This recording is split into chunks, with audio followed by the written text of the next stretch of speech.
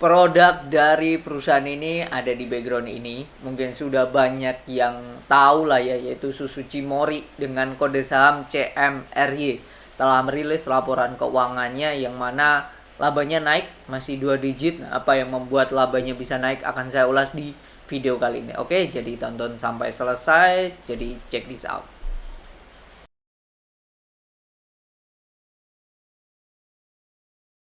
Cisarua Mountain Dairy Tbk atau dengan brandnya Cimory. Nah itu ya, salah satu brand yang terkenal dari Cimory itu ya Cimory, CMRY. Telah rilis laporan keuangan sampai kuartal keempat atau laporan tahunan 2024 itu capai 1,2 T. Sebelumnya hanya 1 T. Kalau kita hitung di sini kenaikannya mencapai 181 M atau senilai kenaikannya 17%. Nah, ini itu ya. Kita lihat website dari Cimory. Cimory. Oke, website dari Cimory-nya sendiri adalah cimory.com. Nah, ini beberapa produknya, itu ada produk susu dan produk makanan konsumen. Kalau kita lihat di sini produk susunya, oke, dengan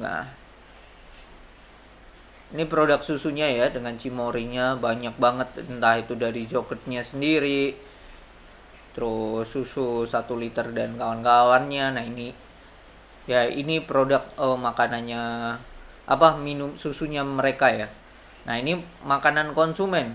Nah ini sosis Kenzler, mungkin nih Bapak Ibu dan teman-teman sering lihat juga. Ini baratnya sosis premium lah kalau saya melihat.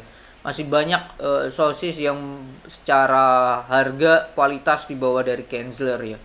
Itu banyak, saya tidak akan sebut, banyak banget. Dan ini bisa dikatakan ya sosis yang premium lah, yang oke lah.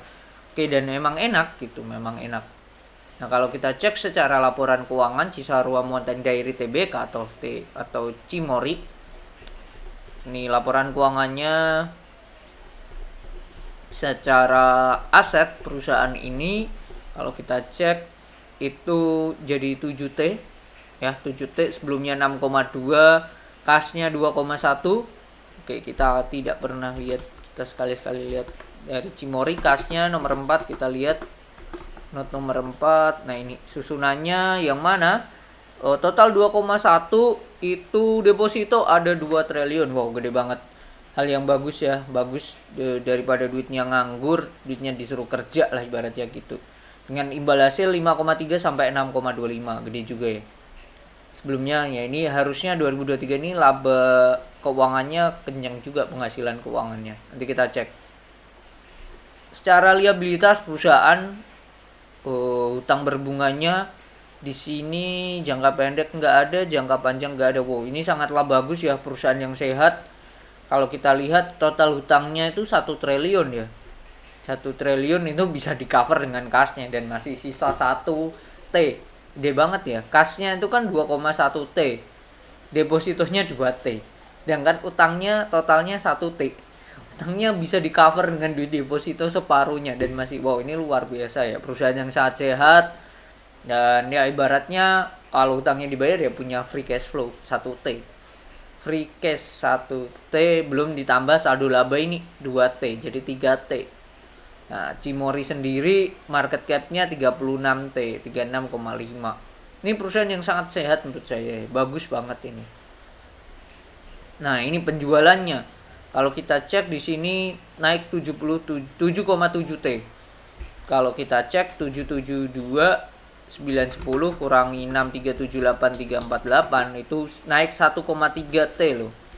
Gede banget, secara omset perusahaan naik 21%. 21%. Nah, ini pendapatan keuangannya naik kan, benar.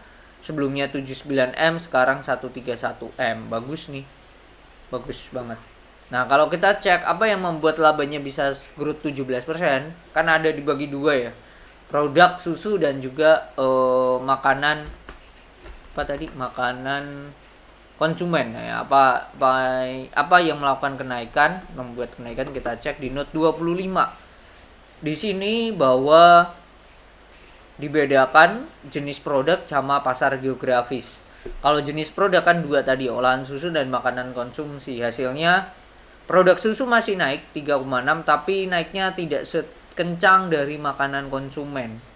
Ya, ini yang bagus banget. Melihat bahwa mereka sudah tidak tergantung lagi dengan produk olahan susu. Kalau sebelumnya produk olahan susu ini kan 3,5 T ya. 3,5 itu kita bandingkan dengan omsetnya 6378, itu porsinya 55%-nya. Nah, kalau sekarang produk olahan susu 3652 dibagi dengan 7772, hasilnya sudah 46. Malah makanan konsumen ini sudah yang di atas 50%. Jadi ini dua produk ini sudah sangat powerful ya menurut saya. Jadi hal yang positif banget. Dari pasar geografis masih didominasi dalam negeri, meskipun ekspornya juga naik ya, masih growth ya. Gitu. Nah, ini juga growth lewat PT Indomarko, Prisma Tama sama Sumber Arvaria ya. Ini penjualan yang lebih dari 10%. Alfamart ini 14%. Ini apa ya? PT Indomarko ini apa? Kita cek dulu. Oh, Indomarko, Prisma Tama ini Indomaret ya. Oke, jadi mereka Indomaret dan juga Alfamart masih bisa growth. Kalau Indomaretnya kita cek 1809, naiknya 215 dibagi 1594, naiknya 13%, masih 2 digit. Kalau yang Alfamart, wah ini lumayan nih, 260 31%. Nah, ini yang Alfamart naiknya signifikan ya, 30-an%. Tapi kalau berdasarkan total sales itu masih mereka tidak gede-gede amat. Kalau di total masih 30-an. Jadi tidak tergantung dengan Alfamart dan Indomaret gitu. Nah, semakin banyak Alfamart dan Indomaret yang menjamur di Indonesia, bahkan nantinya kalau ada yang buka di cabang di luar, saya melihat bahwa ya ini salah satu hal yang positif juga untuk Cimory, salah satunya produk-produk yang dijual di Indomaret. Kayaknya kalau nggak salah mereka kan bentuknya konsinyasi ya. Selain Cimory, apalagi produk-produk yang di Indomaret banyak banget ya, banyak banget. Roti itu juga Sari Roti ya, itu juga punya, harusnya growth juga dengan semakin banyaknya menjamurnya Indomaret dan Alfamart di Indonesia. Jadi sudah terjawab apa yang membuat labanya naik ya, karena kenaikan dari bahan makanan konsumen itu tadi, yaitu dari produk Kenzlernya ini, itu yang naik karena memang enak sini itu ya. Nah, kalau kita cek apakah mereka sering bagi dividen, secara profil perusahaan mereka baru IPO 2021 Desember, atau ya barulah, belum ada 3 tahun. Terus kalau kita cek corporate action perusahaan ini secara dividen bagi ya, tahun lalu bagi 70 per lembar, 70 labanya 133. Ya 50% ya, 50% lah.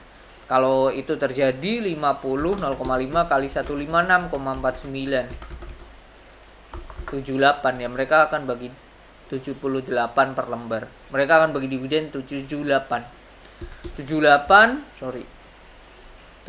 dibagi dengan harga sekarang ya, ini kecil banget, 1%, 1,7. Tapi melihat adanya growth yang masih bertumbuh, hal yang bagus sih untuk Cimory. Menurut saya ini pangsanya masih luas, masih bagus. Dan apakah Cimory akan bersaing signifikan dengan Ultramilk? Nah, itu akan menarik sih, akan menarik banget. Dua produsen susu yang bisa menjadi katakan top of mind lah ya. Ada, selain itu juga ada Indomilk dan lain-lain sih. Cuman Cimory ini semakin banyak menjamur di Indonesia, jadi akan menjadi tantangan tersendiri buat Ultramilk, Indomilk dan kawan-kawan. Saya nilai itu sih, dan Cimory masih bisa punya ruang growth yang tinggi sih, itu sih.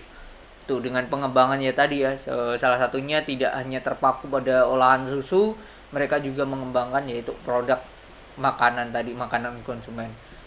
Ya mungkin nantinya akan ada produk baru ya, karena di sini produk makanan konsumennya kan ada Kenzler, dan juga ini juga Kenzler juga ya, Kenzler doang sih, sosis, nugget itu sih. Jadi itu siap masak dan siap makan, itu sih Kenzler, bakso, sosis, ya nugget, itu aja. Kan menarik lagi kalau ada lagi lini bisnis dari si Cimory, biar tidak hanya dua ini udah oke, bahkan tidak mayoritas produk susu lah ya yang membuat apa ya, labanya tergantung pada produk susu ini. Makanan konsumen ternyata secara LK tadi juga oke banget.